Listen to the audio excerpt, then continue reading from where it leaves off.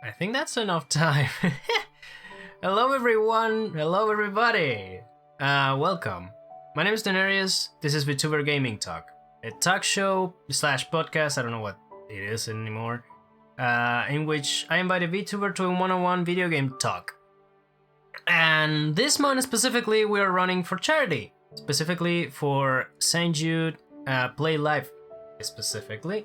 And if you want more information about the cause we are fighting for, I made a command. It's exclamation point STJ info.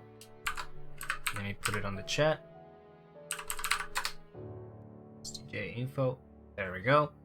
It will lead you to a Q&A made by Snap, the one who put everyone together for fighting this cause. TLDR, we are basically gathering money to fight how does it say, pediatric disease like cancer and other stuff, and helping families go through it. Every dollar helps, and since we are doing this kind of streams the whole month, I also made some individual rewards if you want to donate. For $5, for example, I can just change the song on the playlist, and for $10, I'll change my model. That's an individual reward, so every time someone donates that amount of money, I'll have to do it, no matter what. We also have other goals, but those are on the screen right now on top of me, so if you want to take a look and consider donating, every dollar helps. And today, for the first guest of this month, I have a really good friend of mine here, Crystal. Would you like to introduce yourself? Hi. My name's Crystal, or CrystalCatVA. I am an artist that usually partakes in a lot of gaming online. And right now I'm super happy to be here. Thank you so much for inviting me, bestie. No problem. It's funny enough, it's always difficult to find people who I want to invite the show, you know? It's hard to like look around and have the time to not just look around but also like learn about the people you are inviting to this kind of thing. It takes time that I sadly don't have that much. And it's good to have like a place that like everybody gathers, and it's good to know there is a place like that and just chat every now and then. It's kind of nice. But enough of that. Let's start with the video game talk. The usual thing I usually like propose to start with is favorite games. Do you have any? Do you consider your favorites? Like, it can be more than one, so go ahead. Okay, so you could probably tell with like the playlist I sent you of the music that's gonna be playing today. I am a huge geek for like Zelda and stuff. So I grew up on Wind Waker on my GameCube and stuff. So that game is like probably like by far my favorite. The music, the vibes, cute little like Toon Link and stuff. I just love so much about it. Right. That game, I still need to play Wind Waker. I played through the 64, and funny enough, 64 and Breath of the Wild were the only ones I've played to completion. Like, not 100%, but to finish the game one time. And it was fun, I have to admit. Two completely different experience, but I still need to play that one specifically. Wind Waker is also like a completely different experience for the Zelda formula. Yeah. But yeah, any other favorites you have in there?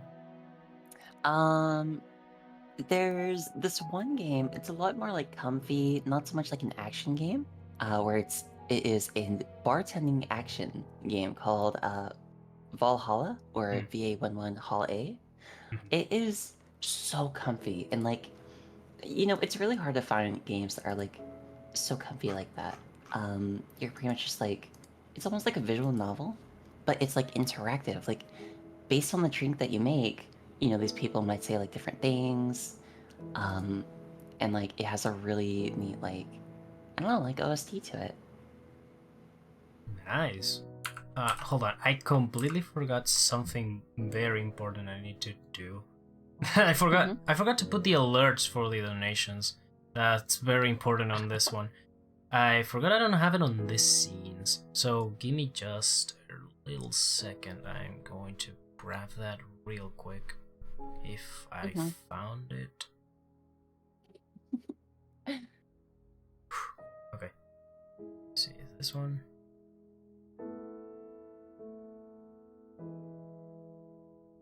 No, it's not. Let's see, is this one? Yes, this is the one. Let me just... this one.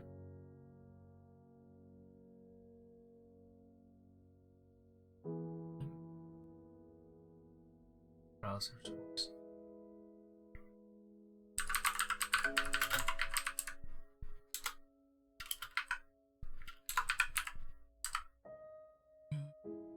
This. Keeping up with the playlist, right? I've seen a little bit of like indie games in here, like Starbound, Terraria, and funny enough, Yes. Helltaker. Yeah. There we go. I'm typically like playing more like indie games if I'm not playing like, I don't know, like Overwatch, just to, like pass the time or something. Mm-hmm. I don't know. AAA games usually just like miss me. It depends on the AAA game, but yeah, some AAA games are missing the mark lately. Maybe it's a saturation of it all or something like that. I'm not so sure about that though. It mainly depends on the person looking for something. And usually indie games are so varied that you don't get the same experience no matter what, so it kind of makes sense.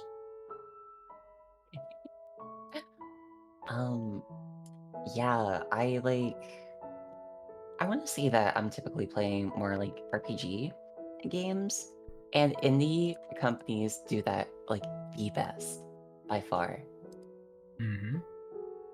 Sure, there's like a CD Projekt Red, you know, they're making big games and stuff, but like, if I can sit down and actually play a game for like, I don't know, like 20 hours or so.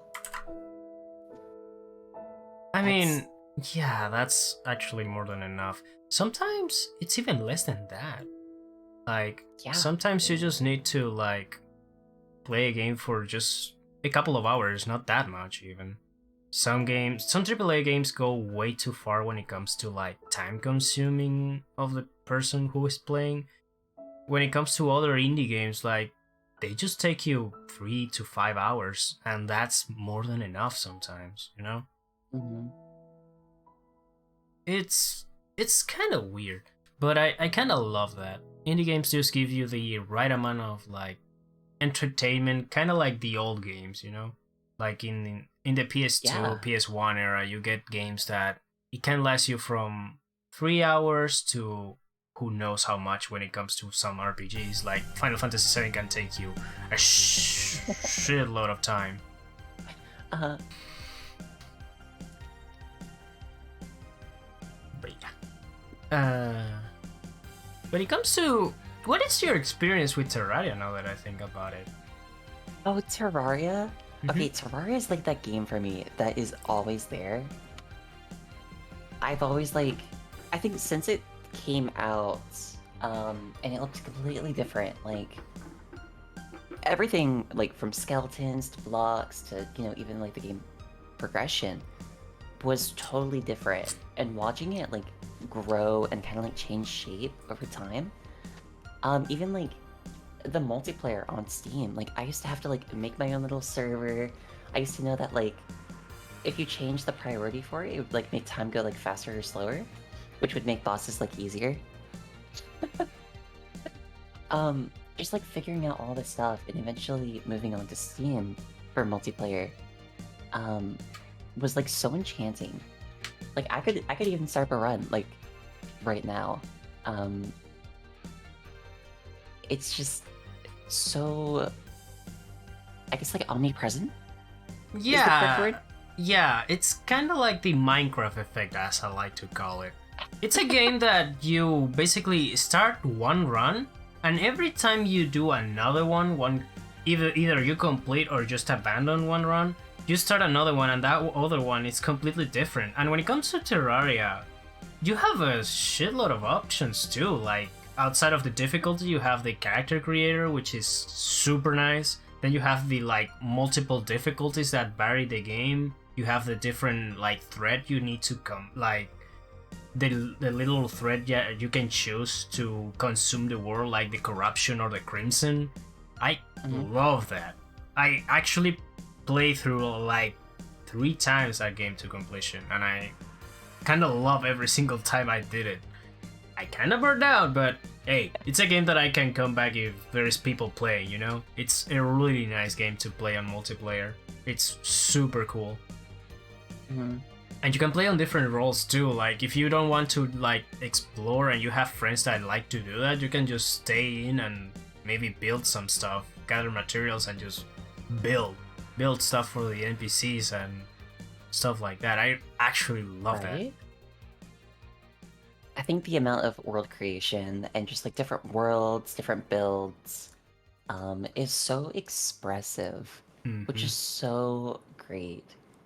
I remember it shouldn't even been like have been like a controversy or anything like that, but like everyone was saying like, oh, Terraria is 2D Minecraft and stuff like that, and I could not disagree more with how much expression there is in that game. I mean, some aspects are similar, but when it comes to the like games themselves, they are completely different. You have a different crafting system, you have a difference on the NPCs, you have the different weapons, different bosses. Everything is completely different from one game to another. Minecraft, I'd say it's way more basic. It depends more on your style of progression and your connection with the game to enjoy it your way. Agreed, yeah. Then you have games that are similar to Terraria, but they are their own thing, like Starbound, for example. Starbound, it's an interesting experience to say the least, like exploring different planets, finding different species, combating different like hazards and stuff like that. I kind of love that. I have a very close relationship with Starbound, which is why like looking for music and stuff, I was like, oh, I had to throw Starbound in there. Yes. I was watching the developer blog, like as they were releasing posts. I'm like, yeah, like this is how we're doing the coding for this to like make sure that this works. Up until release, and I was probably like, I don't know, like 12 or so, maybe 13 when it released, and I was so happy. That game was so cool. Watching it go through like beta to the official build. Yo, yeah, seeing a game evolve is the most fascinating thing you can see. Like, you can see how things change and, like, improve from time to time.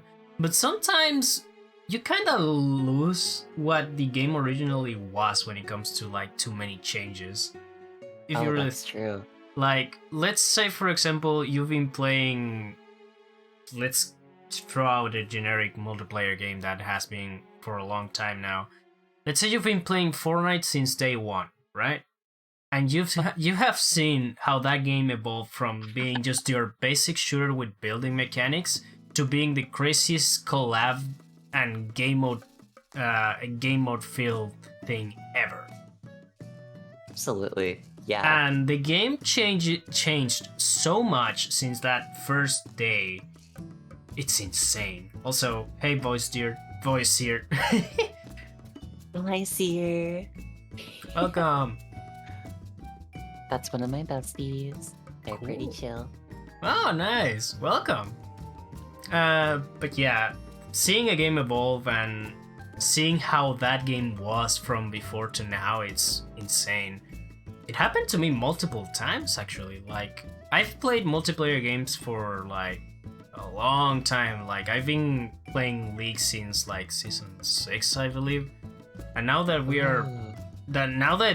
now seeing the game so different to what it was, it's insane. Like, so many things were lost, changed, or reworked. It's insane. I love seeing the evolution, but I also miss some stuff. It makes me feel it makes me feel nostalgic to the other stuff that happened before, you know? Like, I don't have my Chug Jug. I don't have a lot of old things that were in that game. I miss the old Cho'Gath. God damn it. But yeah. Let's see. Yeah. I've seen you recently been playing Craft Champions. How is that going? Champions has been really fun. Where do I even start with that game? I feel like it's been pretty nice as like an experience. But it's very much like an indie game. You know, somebody I think it was the Crab Rave person. Yeah, I remember seeing the announcement of that game way back when the Crab Rave was just new meme, you know? Like, yeah. That meme was new at the time. I remember seeing the original creator posting a video, hey, I'm making a game, a platformer with crafts. Go wishlist on Steam now. And I did that since then. And I now realize it just came out and I just, fuck, dude. It's been so long since I've had that on my wishlist. Now it's one of the things I need to buy. And it looks so good. It's pretty. It's very, very pretty. I know it has a lot of room to grow. It seems like a lot of the builds are very overpowered compared to others.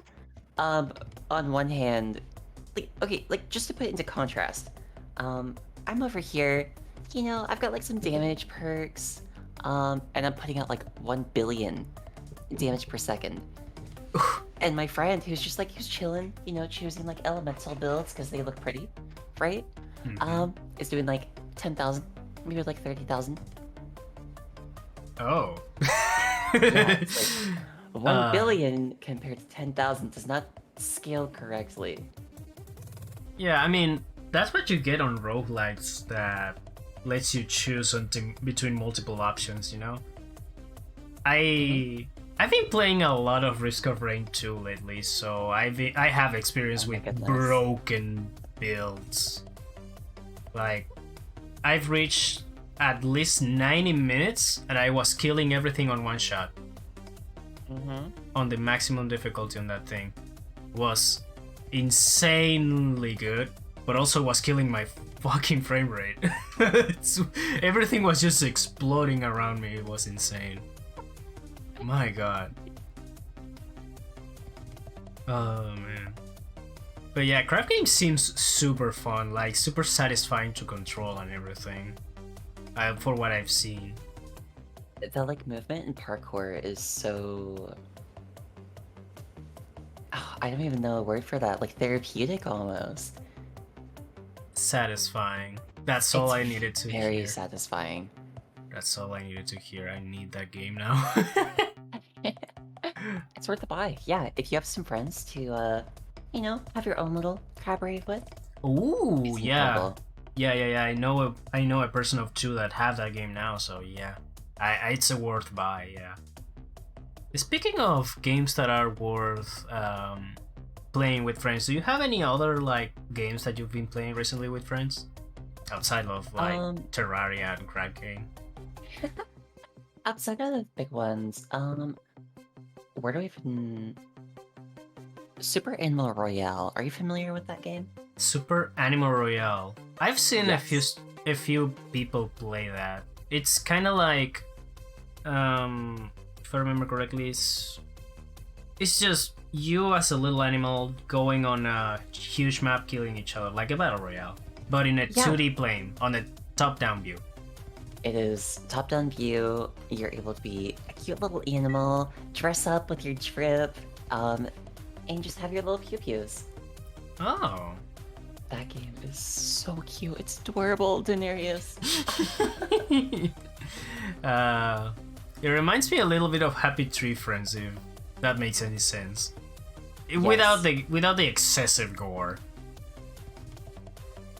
I don't think there's like any gore in that game. Almost. Yeah, that. But like, I've seen the game. It's not gory at all, but still though, animals with guns.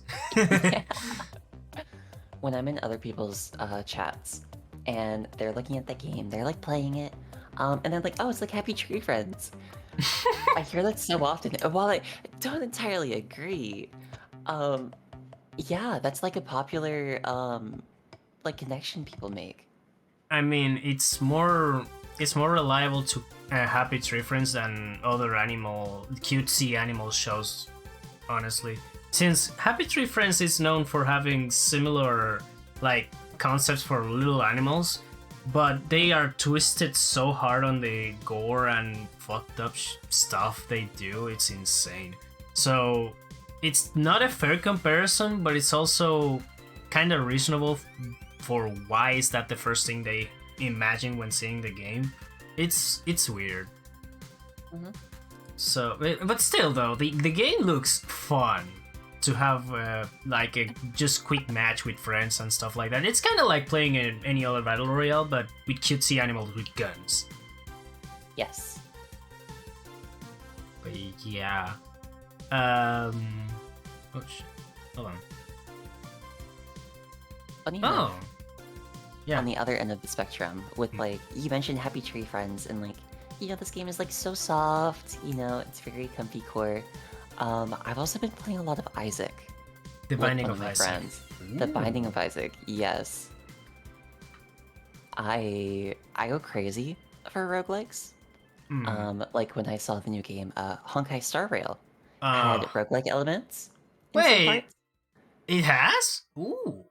Yes, there is like a sub game mode where you choose your people and you're able to explore and do like a little like roguelike experience.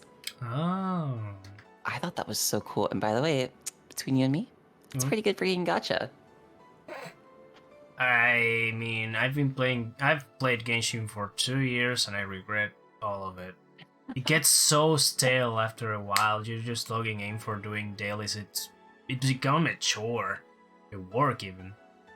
Very true, yeah. Like just getting on to like do your dailies, not actually play the game. Yeah, it's rare when I get enjoyment from Genshin. Like any new update just feels like, oh my god, I just have more work and more stuff to add to my dailies or my weeklies. It's just, like every new zone has a new boss or bosses for the weeklies, and new artifacts that are really good for some characters that I want to build, and even those. Yeah. And even the gacha system in and of itself, it takes so long to farm for just getting one character. Yeah. It takes like hours of playing the MSQ, or sorry, the main story quest. Just to get like one gacha pull. And it's gonna be a little blue weapon, 3-star, and you're gonna be like, man, I'm never getting a character. No, unless you save for the 10 pull, which is kind of a guaranteed character or not, depending on the banner you're using. Oh man. And I've been thinking of going back to Genshin and see what's going on there, since it's been a while, like at least a year or two since I've last played. I reached almost the adventure rank like 58, I think I left it, near 60, and even then, I don't think it's worth it. Oh god. But yes, Honkai Star Rail seems to be fun, but I'm not sure. I'm kinda iffy. It seems like similar thing that happened to like Tower of Fantasy, that came in, stayed a little bit, and then just fade out. I don't know if they still play that thing. I have exposed myself to a lot of MMORPGs growing up because I would try to look for like free-to-play games that I could play with one of my friends. And this is giving very like, they're not too sure how they want with like the story and like the worlds that they're in, but they know like they want gacha. They want this to be like similar to Genshin. So there's a lot of like funny side quests because they're very familiar with that. I feel like the world building is kind of, they drop you into something pretty at first, and then you kind of just have to get used to that. I mean, that's Genshin too, if you really think about it. They just tell you, hey, this chick just literally stole your sister or brother, depending on your choosing, and you're thrown into a bitch with a fairy that it's kind of annoying, and you're going there, tutorial. Hang on. It's basically that. Mm-hmm. But then you explore a little bit of like the open world that Genshin offers, and you kind of like it. Like Mondstadt is a really cool starting area. Liyue is actually my favorite zone. Funny enough, I love Liyue. Then you have like Inazuma, and now I think you have access to other 2 regions, but I'm not sure about that one. So, as far as I've explored, every single area is just a party area. If you care little about the story or stuff, you can still enjoy the game. I think Honkai Rail, it might go for the same thing? I'm not sure. Yeah, I'm sure they're probably going for the same thing, but like, with Genshin, if you want to, you could leave Mondstadt immediately. Yeah. You could go all the way through Liyue. You could go all the way through that, like, ravine area? I don't remember what it's called. Ravine and, like, area. Oh. into the jungle, into the desert, and even, like, glitch your way to Inazuma. Yeah, that's the thing. You have to complete the main quest to get legit access to Liyue, and then legit access to Inazuma completing the Liyue quest. Or be silly. Yeah. Like, I don't like progressing through the story that I don't care that much as the next guy, but sometimes I prefer doing it the legit way so I don't have to like broke the game to do something. Oh, that's fair. Yeah. I'm very much not a fan of some story elements in Genshin, like the unskippable cutscenes. Oh, true.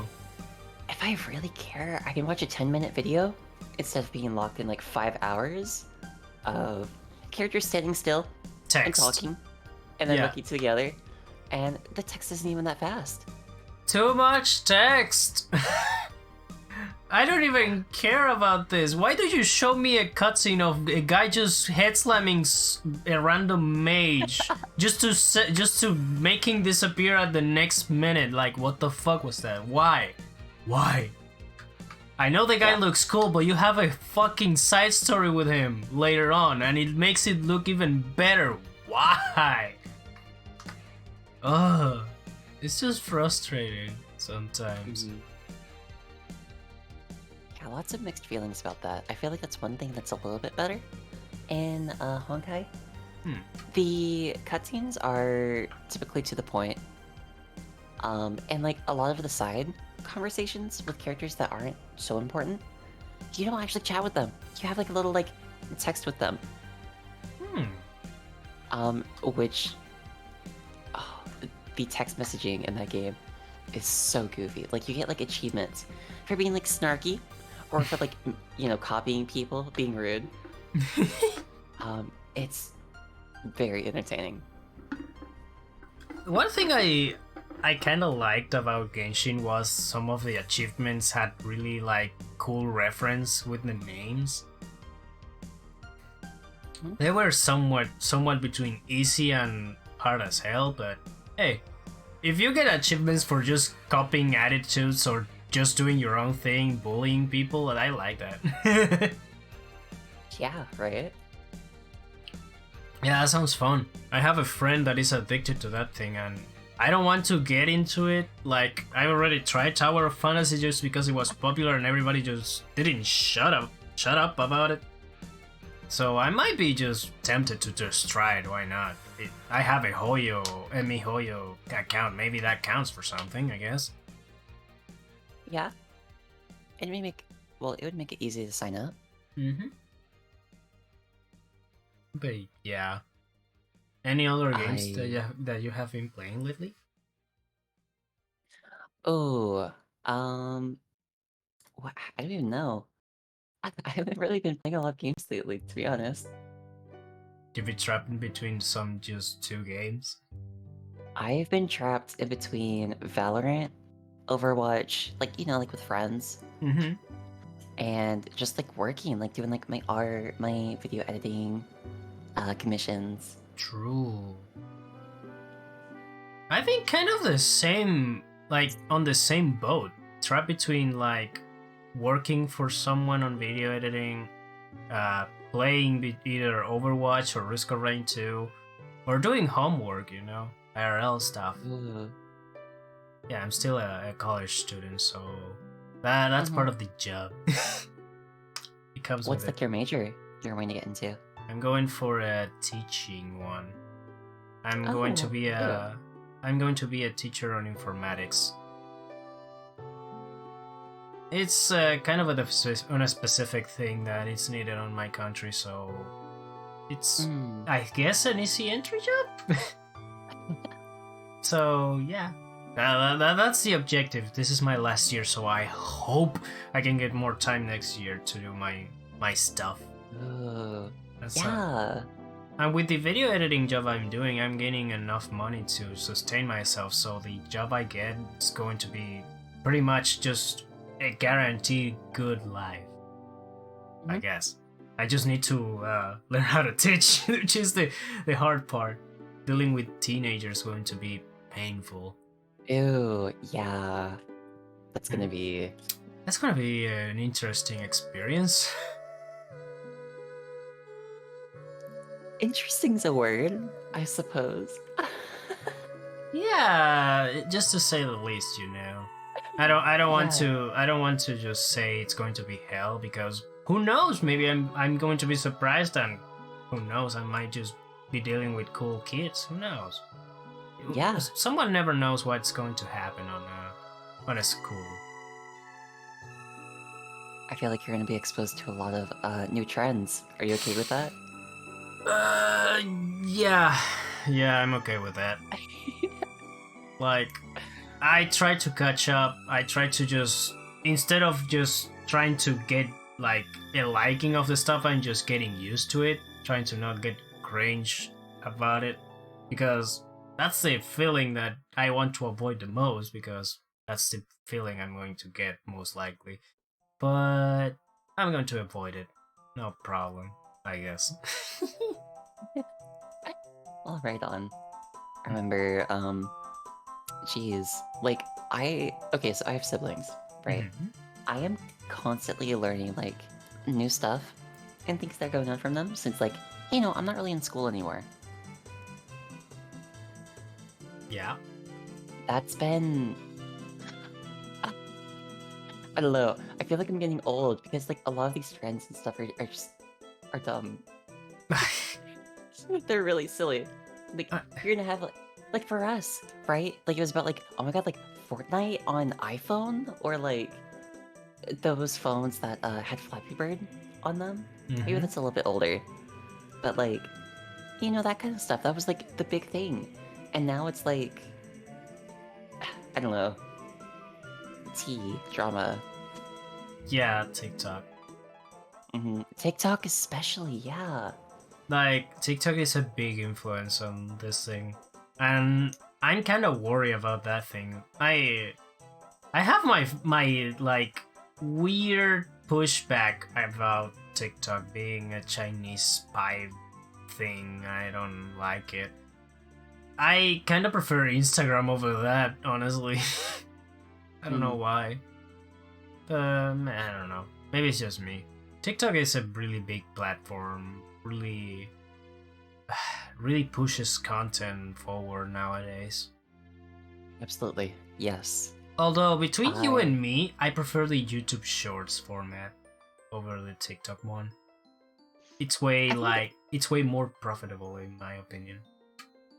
mm,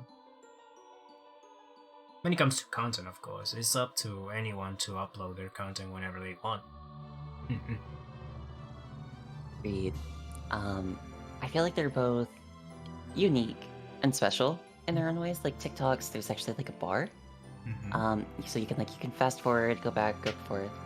YouTube Shorts doesn't quite have that, but I found that my feed is a lot more generalized. I'm able to like catch up on a lot of new trends and things. Where TikTok will look more at like what you're watching, how long you're watching it, if you're liking it, and the communities that are like very niche with that. So like I like a lot of like game content, maybe art, animatics. It will always give me like the furry tag. So like for like VR chat or like art and things, it's like, oh, this is cool.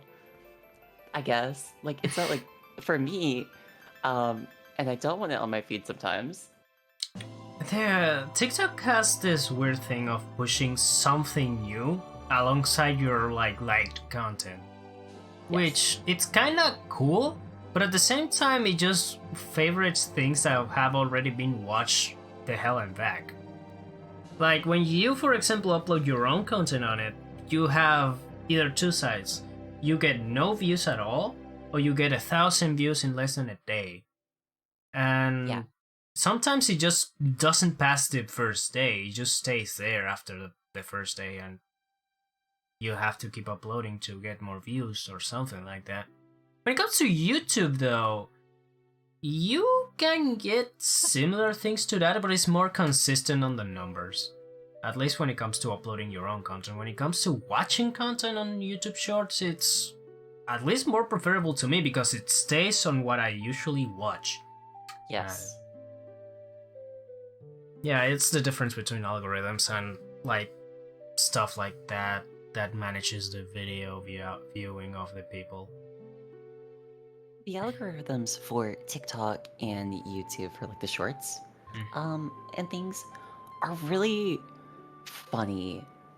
With TikTok, I know people typically keep scrolling, keep scrolling, keep scrolling, keep scrolling. So when you upload, for maybe like the next 2 or 3 days, people are gonna check out like your other videos as well, as long as you keep uploading. So, I think my peak TikTok was like when I was uploading every other day.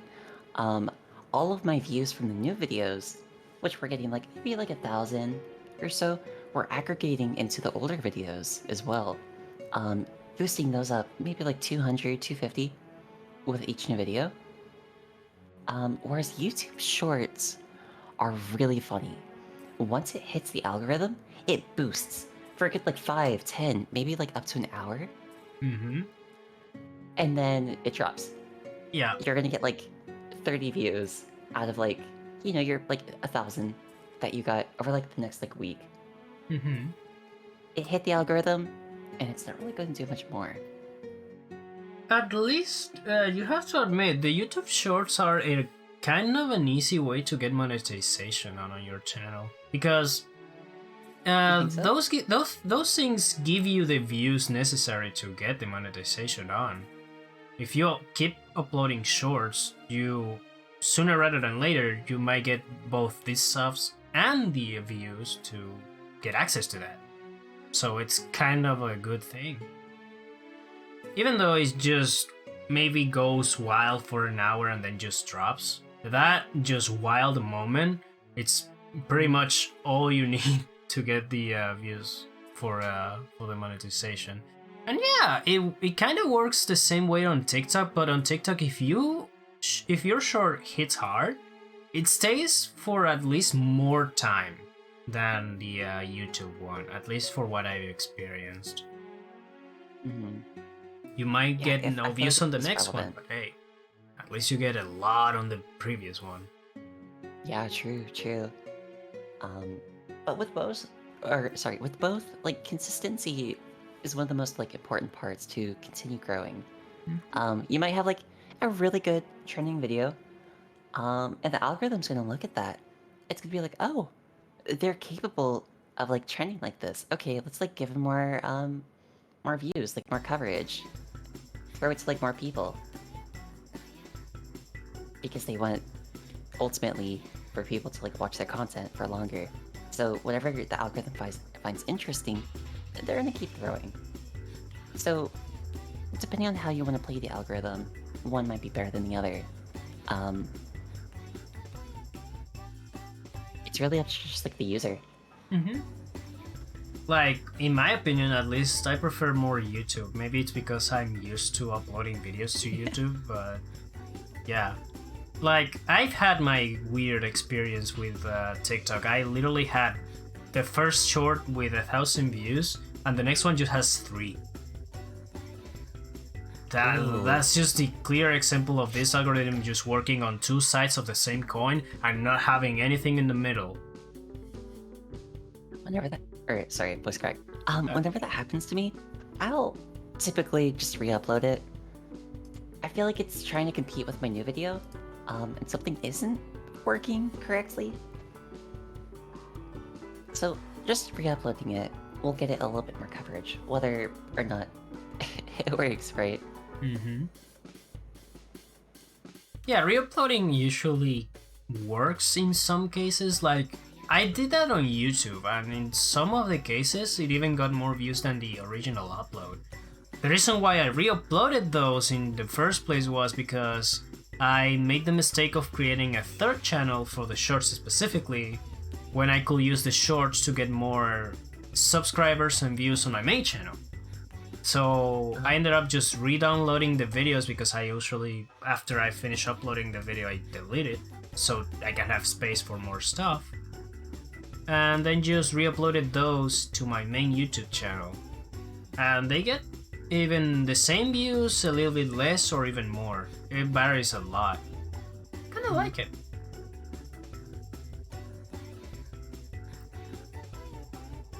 Yeah, so long as you're finding growth with what you're doing, the most important part is just keep doing it, right? Mm-hmm. But yeah, I don't know. I mostly use TikTok for like business. If I am watching it, it's gonna be for like exposing myself to like new VTubers, maybe like trying to connect with them. YouTube is nice, but like I said, it's a lot of like generalized stuff. It's like what like the big people are doing. I don't typically get like indie content too often. Yeah, true. When it comes to live streaming, 9 times out of 10 you will get something from an agency or maybe some indie that is already pretty big, like Iron Mouse or I don't know, someone else. But most likely, more often than not, you will see streams from big people, from big agency people mostly. I usually tend to just stick with like music videos or stuff when it comes to watching YouTube content. And when it comes to uploading, I prefer just uploading a video on YouTube and leave the streaming on Twitch. Maybe it's because I kinda prefer Twitch as the streaming platform more than YouTube. Yeah. Because YouTube works in a really weird way when it comes to streams. Lately, they've been recommending a lot more like streams in general on my feed. When I'm watching a video, I see a stream on the list, which is funny. Because they didn't used to do that at all. But now they're doing it, so it might be working for indie people that are just streaming there because they want to stream on YouTube. Mm-hmm. But yeah, streaming in general works in a really weird way. Agreed. Even streaming on TikTok is so strange. I feel like the idea of like live streaming something horizontal, like a landscape perspective to like portraits. Yeah, It's so strange. it's so weird. Yeah, and for us VTuber, that sounds super problematic. A bit. Like I don't see myself streaming that way anytime soon. And usually, I think that's a thing since Instagram started doing live stream stuff on the stories and stuff. And yeah, horizontal streaming, I think it's more for like IRL type of vloggers than streamers in general. Maybe posting a quick story video saying, "Hey, I'm live here" on TikTok, and that's it. Which it's just a few seconds of an audio clip with your camera pointing at the screen. Yeah. Also, keeping up with social media is kind of hard when you have a lot to keep up. Oh, tell me about it. Yeah. Like, I prefer sticking up with like 3 or 4 social medias because I already have a lot. Like 2 channels on YouTube, is Twitch to stream on, and a Twitter. I cannot use Huh? anything else because I'm lost. I'm tired and I don't want to do that much. Maybe it's because I'm lazy, who knows. I think so long as I'm finding new friends to like interact with, it's worth it. But it's so annoying when like I pick up a new platform. It's like Instagram or something. I tell all my besties like, "Hey, I'm on Insta," and I get like nothing out of it. Yeah, Like because I should be using Insta as an artist. But Yeah. there's just like I get nothing from it. There's no serotonin. There's no like enjoyment. And I've heard that Instagram is very difficult to grow on. Mm-hmm. Unless you have a public that already knows you from another place, like I've seen some artists grow on Instagram just because of either pure luck or they have the Twitter crowd going in. Yes. Which it's kind of funny because Instagram seems like the perfect place to post every single type of artwork imaginable. Maybe you could use it as your gallery / portfolio, and if you grow, you grow, and if you don't, well, that's that. Mhm. It depends on the algorithm and what tags are you using. I've seen people Oh, use yeah. an obscene amount of tags on Instagram and just get pushed everywhere. Mhm. I don't like that, but it works. Yeah. I wasn't consistent enough for Instagram. Whenever I was doing art, it was like, like every other week I would post on Insta. It wasn't growing Hmm. whatsoever. And many months of trying to post on there, um, posting like or not shorts, the highlights, was better than the actual posts. Hmm. Posting the reels are usually the better way to grow on Instagram too, yeah. Because the Mhm. reels are just basically what TikTok is doing. To have Yeah. one reel on your like recommended feed, you click on that and you can just scroll down and keep watching and watching and watching. It's basically the exact same thing, but you have also images to look at. Cool art, cool memes, or something. Mhm. It's kind of weird. But it works. That's why I prefer Instagram over TikTok, to be honest. The images part of it still there, you know? It's not outside of the same platform. True, true. But yeah, going back to games, like we derailed for a long time on that We, thing. we did. Like, yeah. Have you tried any other indie games outside of like Crav Champions recently? Like, Um, so there is a game I really like to play with my besties. Um, it'll just be like a little like game we get together with, called Golf with Your Friends. Are you familiar with it? yeah, I've seen it a few times. Well, kind of a lot actually. I don't have it, but it seems super fun, honestly. Hmm. It's really comfy. I super enjoy just like, messing with my friends, like bumping into them a little. And it's, it, how do I put this? Like, it's a fun little like get together game, a little party game, just to mess around with. Yeah, pretty much. So that's a pretty fun indie game. And one more I've been playing lately. Um, I'm like scrolling through my Steam list. Um, oh my god, Monster Prom. Oh, Monster Prom, yeah.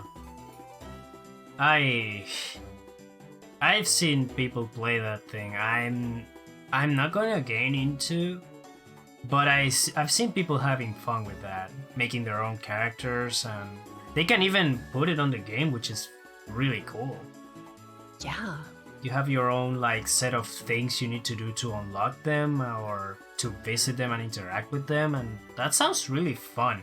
It's not my thing because it like incentivizes voice acting, which I'm kind of like shy Doing what? about it.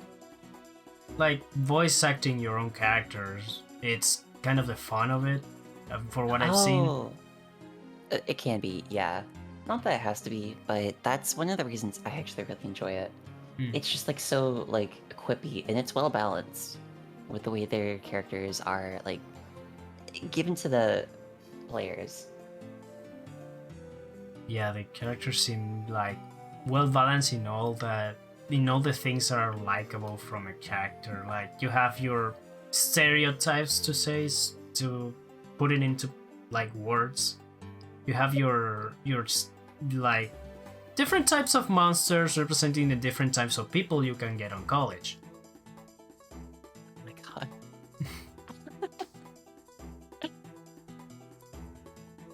You couldn't What? be more right. Yeah. I kind of like describing games in a way that it's simple, but it also makes sort of sense in some way, shape, or form. It's kind of funny.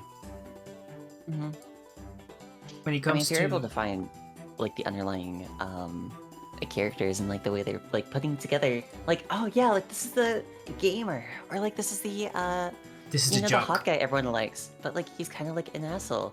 I hate that character, but I fucking love him. And yeah, the jock. Uh, that reminds me of like the time I've played Danganronpa. There's two specifically.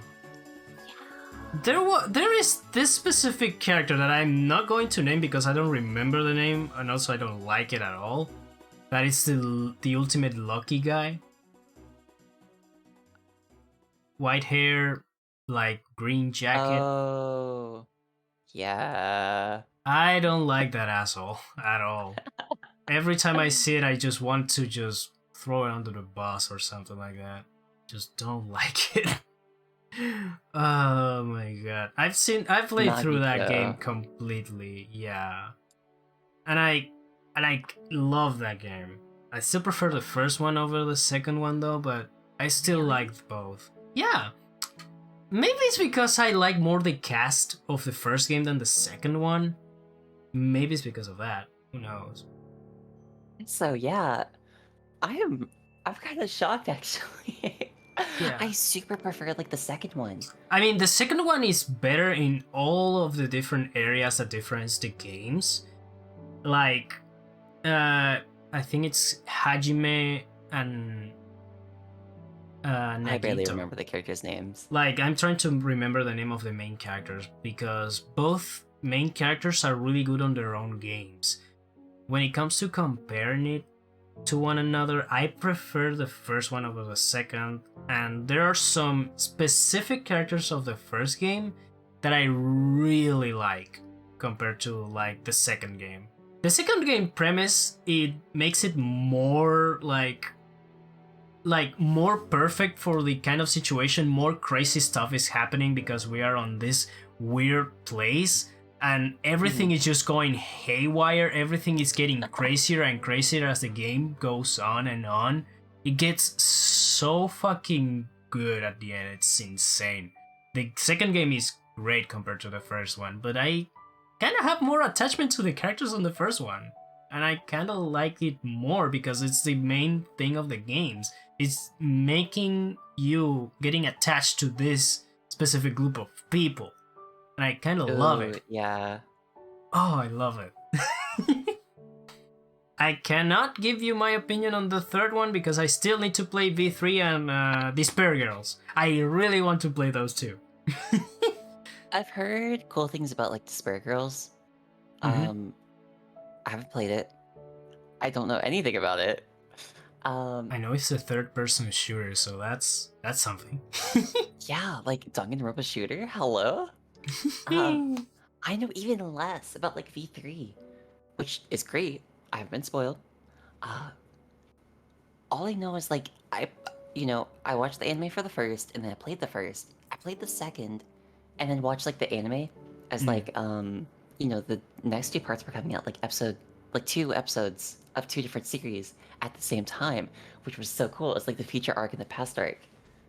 Mhm. And realizing like, oh my god, like what happened in the future arc is like being like referenced in like the past arc. Like as the episodes were like coming out, I was like, oh, this is so cool, this is so cool, this is so cool. Yeah. Sometimes watching the anime tying of a game, it's kind of a cool experience because you get to experience a more like linear story compared to the infinite amount of options you have on like the other like the main games. That happens with a lot of RPGs that have an anime adaptation like Persona. Like you have 2 adaptations of Persona 4, one for Persona 4 Vanilla and one for Golden. And I really love the Persona 4 anime because you get more character development on some of the main characters of the story and more development Yeah. of the main villain, which is so good. My god. I haven't seen it actually. I actually recommend it. It's kind of funny in some areas. I really love it. Mm-hmm. Yeah, recommended playing the game first because it gets better when you have the experience of the game and you pass through those moments on the anime on your own way.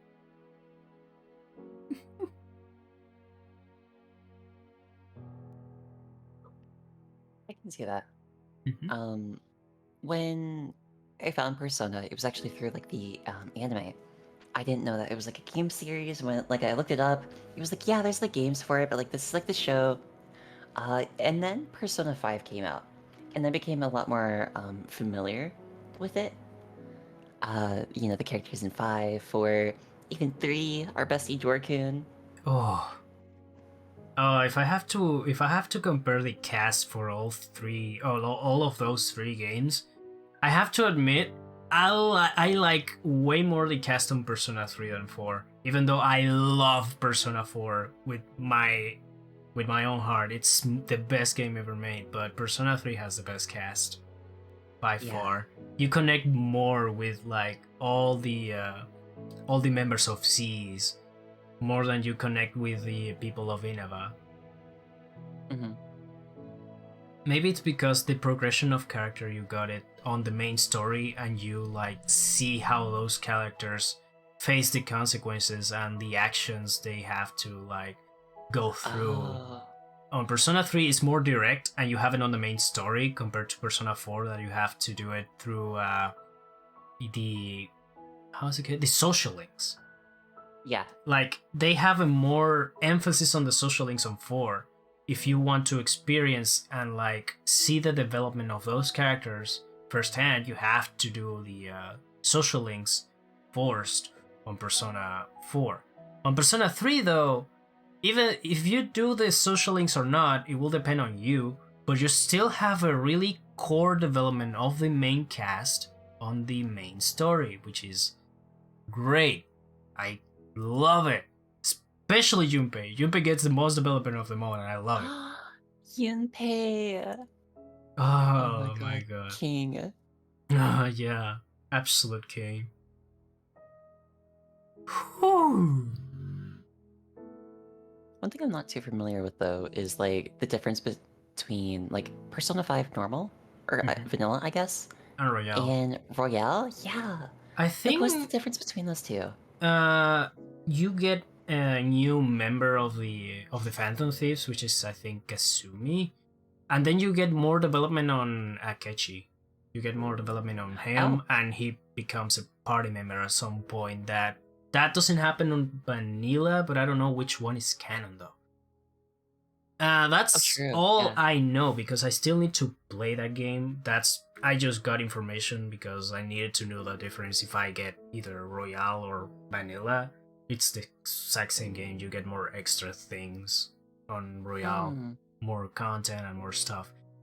Hell, you get a side mode that you can fight the other protagonist as boss fights, which is really cool.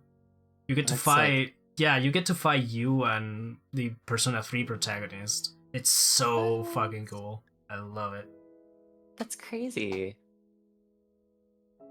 Yeah, I don't know if that's a like an event thing that they did when the game came out for a while, or it's a thing that you can do on the like base game of Royale. But Mm. whenever Persona 5 Royale comes to PC, which I think it is already or it's coming up, ooh, that's going to be fun. Super fun.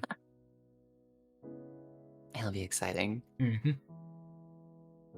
Can't wait. That's really going to be super fun. True, yeah. Uh, okay, just like talking Hmm. about all these games has made me realize I have to get to these games at some point. Like Persona 5, Danganronpa V3. Hmm. Oh my god. Those are long I games, but worth it. yeah, dude. Hmm. Like in my experience, if I had to stream it before, I would have done it, but now I'm not going to do it because Mhm. these games are enjoyed as the first experience only.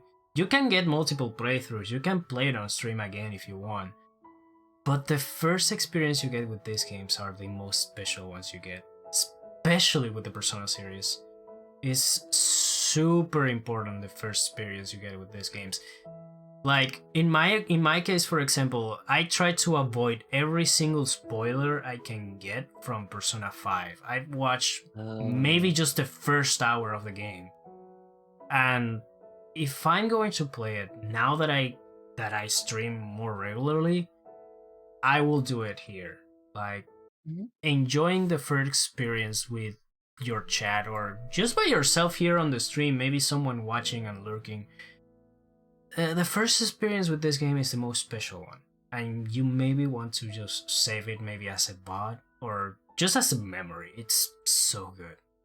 It's Mhm. insane. That's at least my recommendation for it. I mean, I wouldn't disagree. I think that your first playthrough of a game is going to be the most important, so taking it at your own pace is going to be the most important, so you don't get like burned out, you don't get bored of it. I've had like Near Automata, for example, ruined for one of my friends because they were like not really understanding the game mechanics and not trying to experience it. Mm-hmm. They just tried to like force their way through the game, and they got to a point where they were stuck. They didn't have healing items, and I feel like if they had just taken a minute to really feel out the game, you know, explore a little bit, talk with some side characters, um, they would have found the charm that I really enjoy with it. But I'm sure the same could be found for other games. I'm just like going like too fast and being like, wait, why am I playing this game? And not recognizing the charm that like these communities love from their games. Yeah, sometimes you need to take a moment and think what you're going through. Like, it happened to me multiple times. Like, I've played through Borderlands, for example. I've played through Borderlands 2 specifically once. And after the first playthrough, I thought, wait, what? What am I doing here? Then, when I reached out the final, I ended up understanding why I was going through it. It was just an adventure, trying to just pass through this main villain that is trying to be a hero, and just trying to see the lunacy and craziness of this game. That's the charm of it. That's the whole point of Borderlands, for example. It's just going into a crazy adventure, meeting these cool new people, meeting all these legendary heroes these legendary ball hunters. It's just that's the whole point. That's what makes the adventure so cool, meeting those cool characters and just exploring this crazy Mad Max looking world full with monsters and crazy people that you shoot at. Just do whatever they want. When it comes to adventure games and like RPGs and all those games, in general, games are first time experience. And some are more special than others, yeah, but that depends on you as a player. What games connect more with you, what games more click more with you, like gameplay wise or story wise, it It all depends on you and how you enjoy it.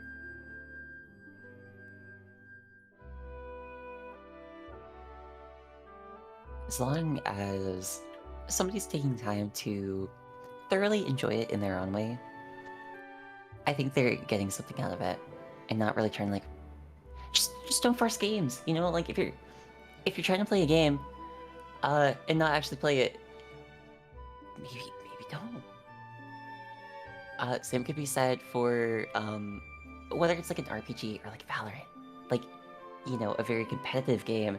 If you're not enjoying it, stop. Don't force yourself to go through that, bestie.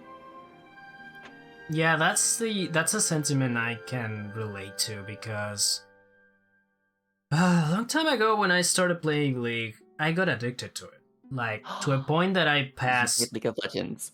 Yeah, I played a lot of League of Legends. Like, I played ranked games like a hell of a lot, to a point that I passed 12 hours, if not more, playing just that. I reached to a Wow. point that I needed to stop. Like, not because IRL stuff was getting in the way, far from it. I just using my weekends through it. And I was just playing League. I needed to play another thing. Then Warframe came to me and I started playing that. And thanks to that, I varied my gameplay a little bit. Like, I was between Warframe, League, and maybe some other game that I just like an in between waiting for my friends to play out some games.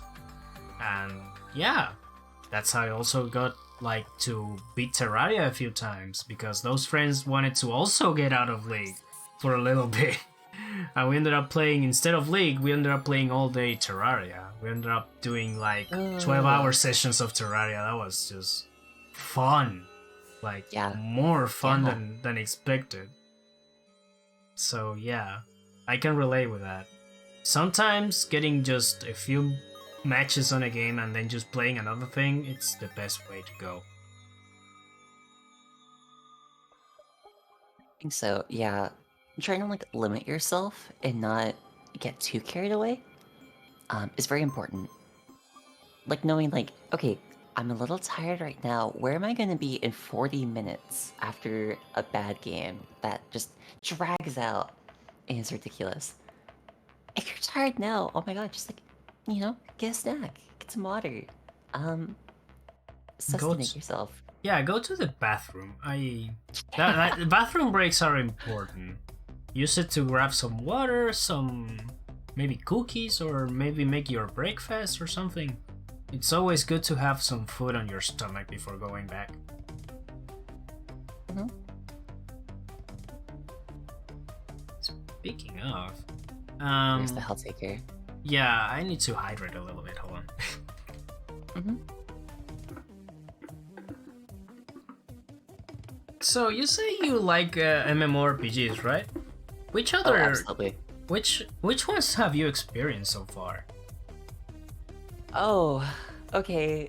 This is gonna be a long list. Come on, give it to me.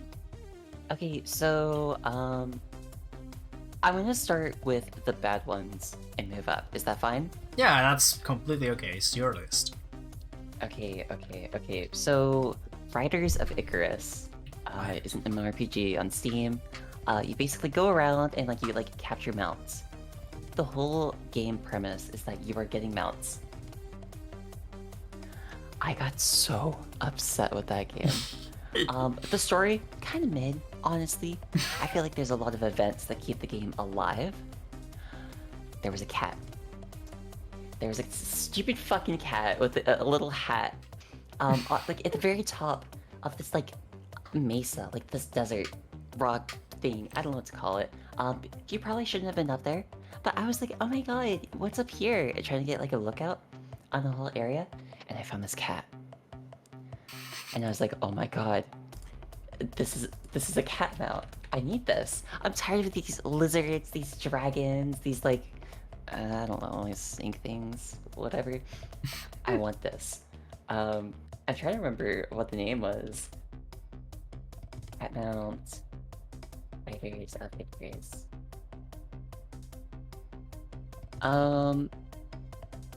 Oh my god. Panos. That's the stupid fucking cat's name. Sorry for cursing. It's fine. I'm very passionate about how much I distaste and dislike this game. It was so cool. It had a little like hood. It was so cute. It was like a Scottish fold cat with beady little eyes, and it was like all white, and it had like I said, like a gem on its like a little like hat. So cute. I tried for hours and hours and hours and hours and hours to get this dumb cat, and I couldn't. I rage quit. I was done. I played this game for like 10, maybe like 15 hours. I wanted this cat. This cat should not have been a quarter of my playtime trying to get it. It wasn't even important. It was just like a random like thing that was probably for like, you know, like endgame players. I was like, oh, I'm done. Oh god. Oh, I can relate to that. Yeah. That's Riders of Icarus. Cool game, I guess, if you're looking to like go in the overworld, find like some mounts and stuff to get. Story was a flop. Speaking of games, I consider a flop, and this might be a little debatable, so I hope you can deal with me. Go ahead. World of Warcraft. I kind of understand you. I played 2 versions of that game actually. Like I've played the like nowadays version of Warcraft, and I played the original version of Warcraft. I have to say, newer version the better, because the original Warcraft sucks major ass when it comes to leveling up. I kind of like the character selection. It's really varied. It's barely personalized. It's like bare bones basic customization for the character though. In vanilla World of Warcraft. Yeah.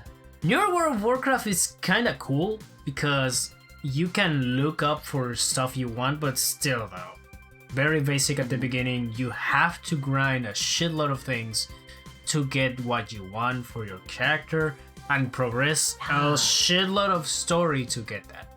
I don't like that. It's way too much back and forth going out for a long and a huge map. I kind of agree with that. I just want to like, you know, do my silly little tasks.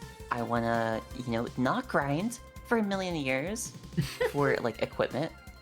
And like even in like the main storyline for that game, there will be like daily to weekly duties you can do that you have to do to progress with the game. Thank you for the follow, Carbon Cat. Oh, thanks, Carbon. Dude, I cannot begin with that game.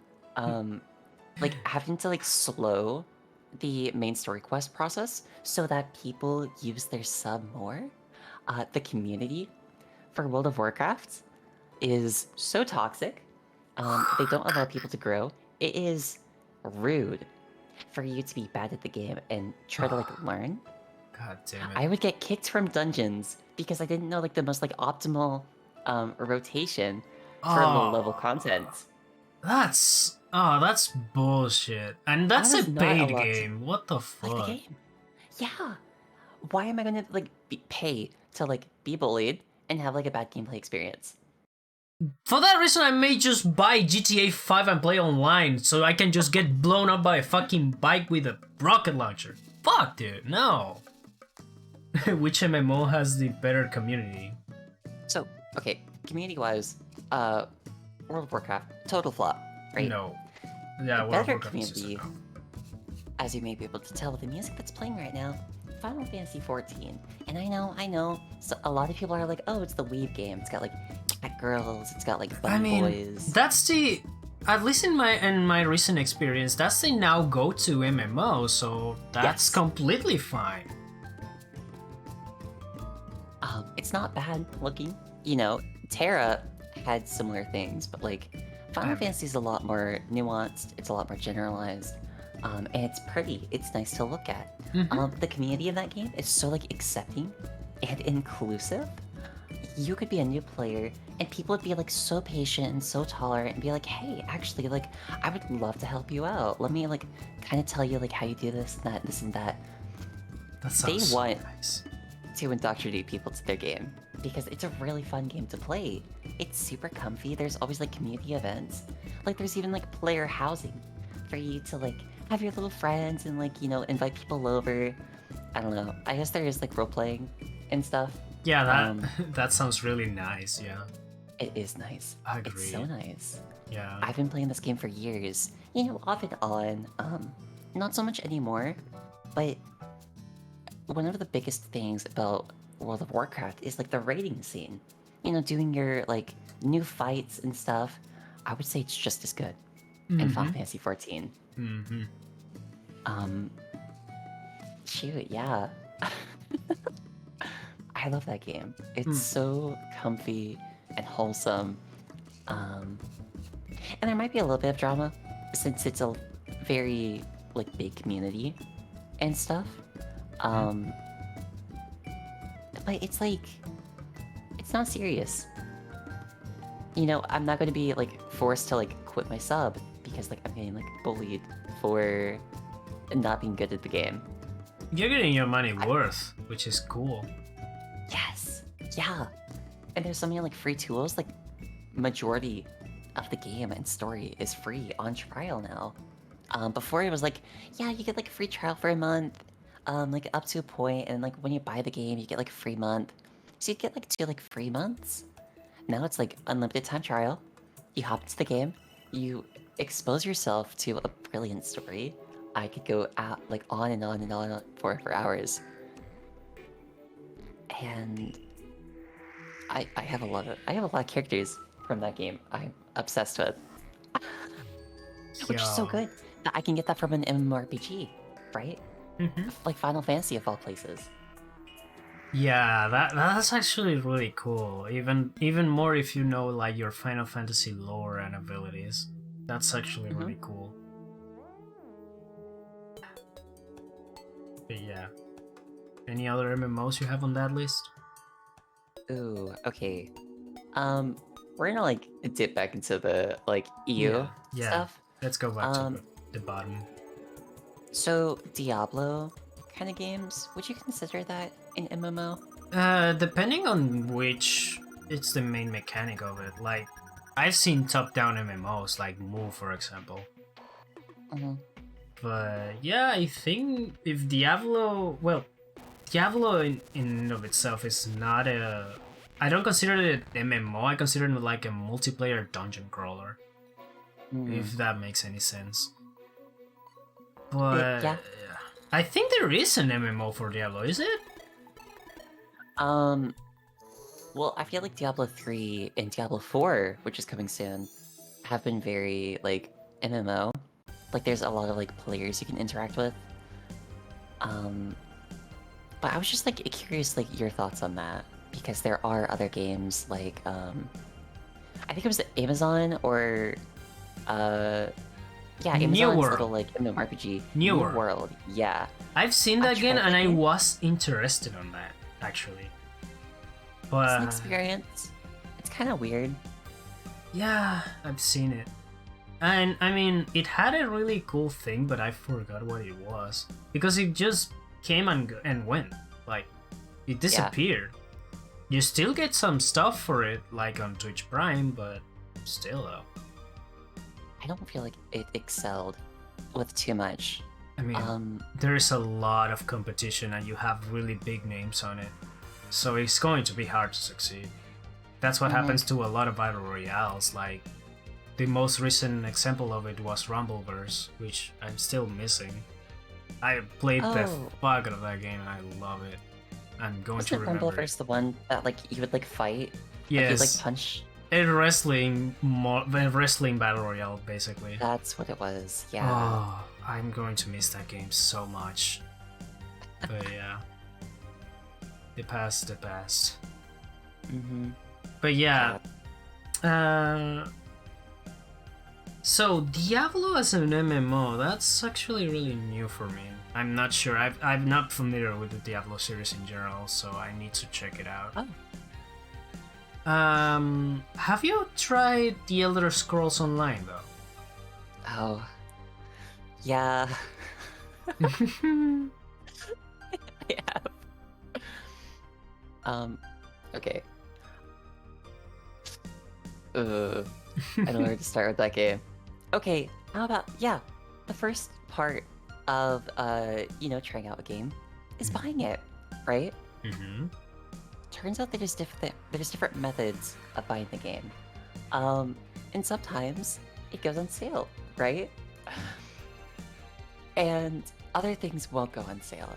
And I didn't really understand like what they were doing or like marketing themselves with. The way I bought the game was it was on sale, right? And a lot of the other ways of getting it was on sale, like the DLC and stuff. It was the base game. It was one DLC pack, and the game's been out for like 100 years, At probably this closer to point, like 8. probably. And I bought the game. It only had one DLC pack. There was a cheaper version of the game that had all of the DLC, and I couldn't refund like what I had bought. So like I don't understand why there's so many methods of getting the game. Apparently I got the wrong one. I was upset about that. Huh. But I was like, okay, I'll try the game out anyways. No big deal. Bestie, I had more fun digging and looking for artifacts and doing a little puzzle game in that game than actually playing the game. Going through dungeons and like leveling up my character and doing the quests and stuff. I had more fun digging. My God. Oh God damn it. That sounds that sounds scary, am I right? You get more fun out of something that is completely different from the main thing of the thing. God damn it. Yeah, the fake dirt digging game, looking for artifacts, was more fun than actually playing the dirt game. Damn. God damn. What other games do you have on the list then? Ooh, let's see, Torchlight. That's another like top-down one. Ew. There was one. It was very like Japanese mythology inspired. Black Desert? Oh, that one's Korean, but I have played that one. Oh. No, the other one I have in mind is Nagatara, I think it was like I think it's called? Onigiri, Or maybe. maybe. I think it was Onigiri. It was interesting, I guess. It was like it was like one of those like cheap MMOs. But not so cheap would be Black Desert. Black Desert was crazy to play on launch. No. Oh my god, now that the meta is formed and like it's very like a PvP game, it's very end game. You have to get to that point, which is a lot of grinding mobs and stuff. It's like more of like traditional experience where like there is questing and Uh-huh. stuff, but in order to level your character, you have to fight mobs. Mm-hmm. When the game came out, the leveling process was so long and exasperating. I was like, okay, what can I do other than fighting mobs for a long time? What can I do than like, I don't know, like quests, like learning how to farm. And there's a trade system in that game. There's like nodes where you can like set up like your own production lines, crafting items, going to like other cities, and gaming the market. And I really liked that last one. I really liked that I could go to a city over with like my horse and carriage and buy chandeliers. Because apparently in another city there weren't chandeliers, but there's housing in that game. So I was able to go from one city to the other with a ton of chandeliers. And I made like 1 million, which is huge at the very beginning. Oh, Just going, grabbing the chandeliers, coming back, and just doing that repeatedly. Because I was the only one that found that that was like a thing in the beginning. And like the new people are like, oh my god, I need a house. Oh, there's no lighting. I need a chandelier. I got you, bestie. I got you. oh God. So you were just a market person going from one city to the other, bringing the goods. Wow. A I think that's merchant. one. Yes. Jesus. Oh my god, games with merchant stuff like market boards, auction houses. Those are games I love. I love. Oh my, Final Fantasy. I love gaming the market and like doing like little activities and stuff to get my items and like figuring out like okay, according to this calculation, if I do like this material and I get this other material from here, I can put them together and like get a lot of gil and gamble with it. God. Yeah. I get kind of the same feeling on Warframe every time I farm something and I can just sell it for like the in-game currency. I True, just platinum. yeah, platinum. Mm-hmm. I've been just exploiting the hell out of like the Carl update. I just play the mission, get these tags, and just change it for the mods, the Archon mods, and just sell them because they are pretty good on price, and they are really good mods too. Like, my god.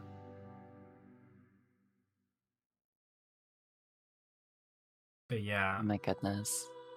Warframe. yeah, Can I tell you a funny story? yeah, sure. I played that game about like a year or so after it came out. It was Mm-hmm. still new. It was like the sci-fi MMO, which was really a flop at the time. And it was cool for high res, or not high res. What was the studio in charge of that? Digital Extremes. Digital Extremes, DE. Ugh. DE wanted to be different, and prove that wrong. They were constantly told by like their peers, a sci-fi MMO isn't gonna work. It's not gonna last a long time. And to the point of proving people wrong, they did a great job. 10 years later, we're still Unfortunately, here. yeah, ooh, that game has had a very controversial time with the devs in the community. Um, I have my own gripes. There was a time when they allowed like gift cards to be used, and I was like, "Oh, I have a Walmart gift card. I'm gonna buy. I really enjoyed this game. I'm gonna buy platinum." It was my first time buying platinum. Mm-hmm. They said that I refunded my card, so the platinum I bought went into the negative. Uh, How do you refund a gift card? Number one. Number two, um, I bought the platinum when it was on like a sale. It was like, oh, gift cards are being used. You're able to like get like bonus platinum. The bonus platinum got refunded as well, and the event ended. So I owed more than what I actually bought. uh, And because I had negative platinum, I got banned for 100 years. wow. Yeah. Okay. That's bullshit. Yeah. I eventually bought my account back, but I was so upset by that. Oh my god. Imagine having to buy your account back. Good Yeah, shot. 100 years. Good shot. 100 years. Jesus Christ. And we're already just 10. Wow. Mm-hmm. I was so upset by that. The support team was basically just like, yeah, it says you refunded your card. I was like, it's a gift card. How would I do that? I can I have my account back? They're like, no, you have negative platinum balance. You have to buy platinum. I was like, what? What do you mean? You're not offering the bonus anymore. It was so upsetting. Jesus Christ. Other than that, cool game, cool mechanics. Um, I don't like that they patch out some like Warframe uh things that get like really popular, like Greedy Mag. Back in the day was like a mag build where you would constantly grab and materials from all over the room you were in would go straight to you, so you could just like stay in one part of the room. Now it's like they patched that out. You can't do Greedy Mag anymore. Um, Other builds I used to really enjoy kind of got patched out. I kind of think you can still do that. actually, because I've seen some of those recently, mixed up with a Necros, maybe with an Atlas, or a Korra Mhm. even. You grab everything that it's been killed up and just bring it to the team. It's actually really good. Mm. But maybe it's just the casual thing that someone just happened to have that build for Mag. Yeah. And now with Oh, this crazy new system that you can change one of the abilities of that specific Warframe to another one, it's actually really cool. do You what can, now? yeah, there's a system on Warframe now that it lets you add no, replace one ability from a Warframe and put another ability on top of that one. For Are you example, serious? let's say you have your Mesa, but you don't want your one anymore, right? You can replace that one for like Rhino's Roar, for example. What? Yes. Warframe got Oh, pretty crazy along the years since the sacrifice. it's kind of cool. Mm-hmm. I thought the operator thing was a little weird. Oh, it gets weirder. Um, It gets so yeah, much weird. I don't understand what's going on anymore. I don't really. If you got confused on what happened with the operator, the new thing they added is just makes it even more confusing. I don't get it. Yeah. Sheesh. Jesus I wish it Christ. wasn't so like difficult to like figure out like how to unlock like your next like quest you had to do, you know? Outside of just the simple list they give you of you need to do this, this, and this, there are some adventures that you cannot do unless you do something else, like some Yeah. adventure before, and they don't tell you that because they don't have Yeah. that list.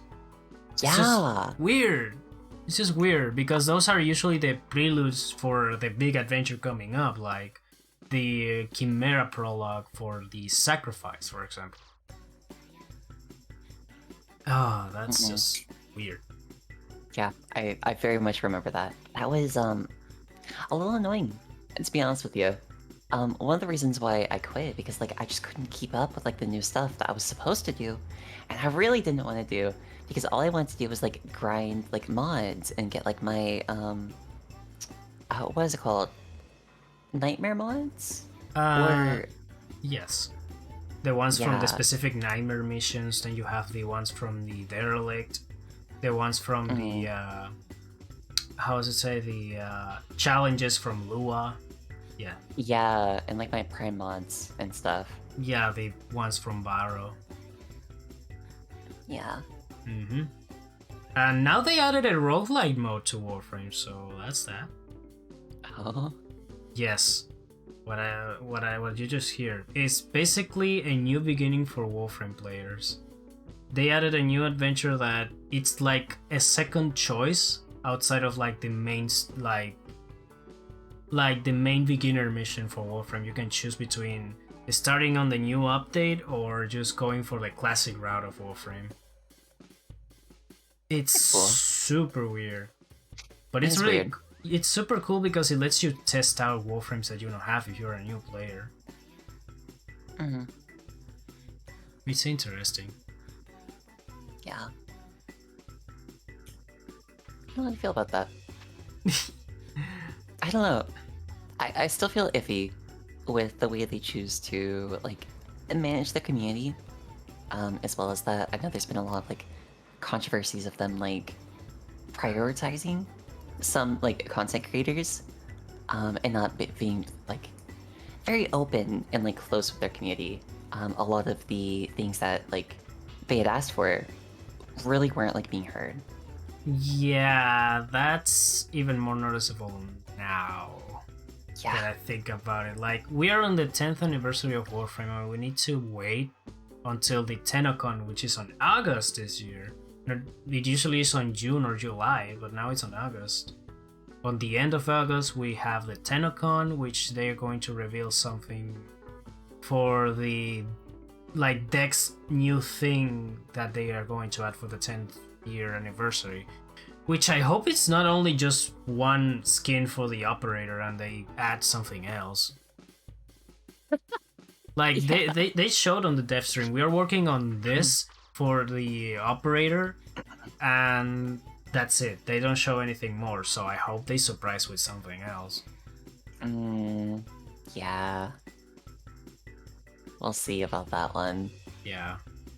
I just hope. Like, the best update I've experienced as a Warframe player so far has been the Kovaliches and the Sisters of Barbaros. Because those are the really cool, like, boss fight that evolves if you don't kill it. It's actually really cool. When it first launched, the guy just insta kills you. No matter your health, no matter your armor, no matter what you had, if you lost against that and you didn't choose the correct mods for your killing thing to the boss, it insta kills you. That was the best thing they added. Oh, weird. Oh, I love that. Because it gives that sentiment of challenge every single time you fail to kill him.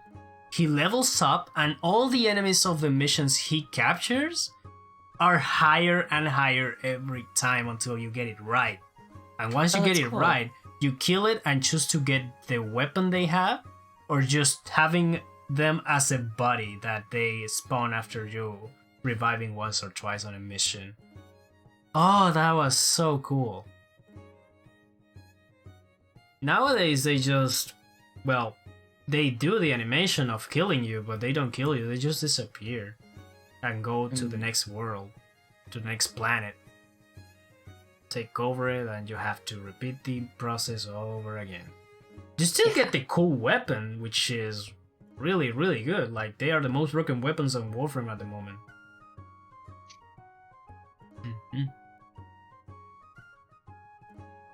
But yeah, it's basically giving you a new version of a Grineer or a Corpus weapon that can level up to 40 if you use Forma. So they're like the old weapons. Yeah, for example, let's say you used the Kraken when you began. You have now a Kuva Kraken, which now it levels up to level 40 and have way better stats. Leveling up to 40 means more space for the weapon, more capacity. Okay. It's a really cool thing that lets you just replay missions with the higher level enemies. I gotcha. I was a really big fan of my silly little like throwing knives and stuff. When the game came out, there was a mod that would make them like explode, right? Yeah. Do a ton of like AoE damage. It would shake your screen. It would be like ridiculous. And they took the screen shake out, which was like personally like my ASMR. So they kind of took the fun of that out, but it's still like super fun just going like throwing these knives like as fast as you possibly can, doing more and more and more attack speed, and just like explosions everywhere from these teeny little kunai. Oh yeah, that sounds super fun. And they added a new thing with this new update that how do I explain this without spoiling the thing? It's basically an upgrade for like all the weapons. Like, let's say you have 5 options at the start of this new thing, right? You have 5 different weapons that are all the weapons that you can just have a new like evolution system on them. Let's say you have a Braddon, a Paris, Kunai, Furax, and I don't know the fifth one. But you have to choose 2 of them, and once you complete a series of missions, you get those things to install in your weapon, and they get new passives and abilities. It's weird, but it's actually really cool because it gives like new stats and like a new mechanic to that already existing weapon. Like the Braddon is already pretty meh to bad depending on the version of Radon you're using, but if you want to evolve it, you have that option.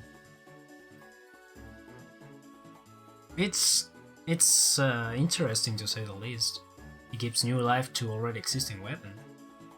Yeah, like trying to like reroll, get like your better mods and stuff like that.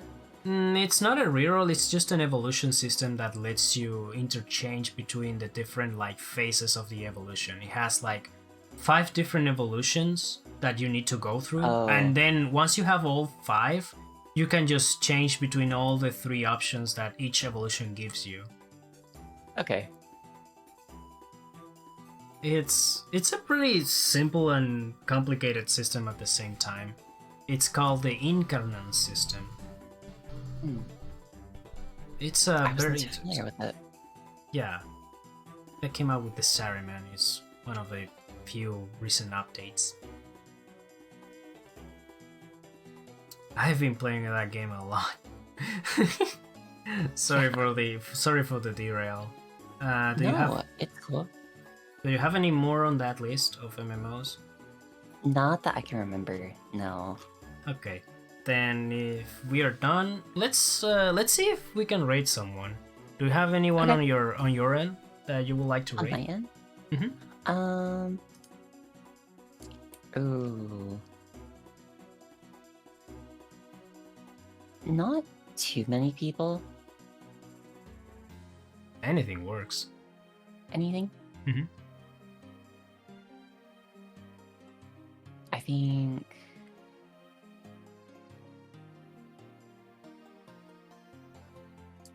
Maybe we could rate this bestie.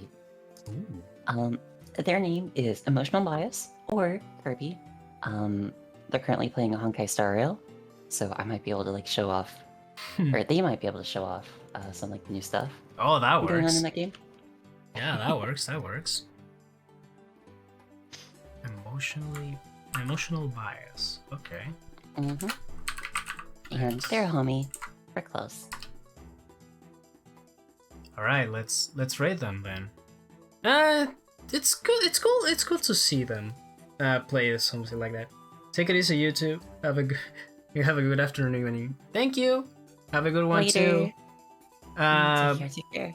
but yeah, thank you, Crystal, for being here with me today. It was super fun. Absolutely. I had fun as well. Cool. That's what I like to hear.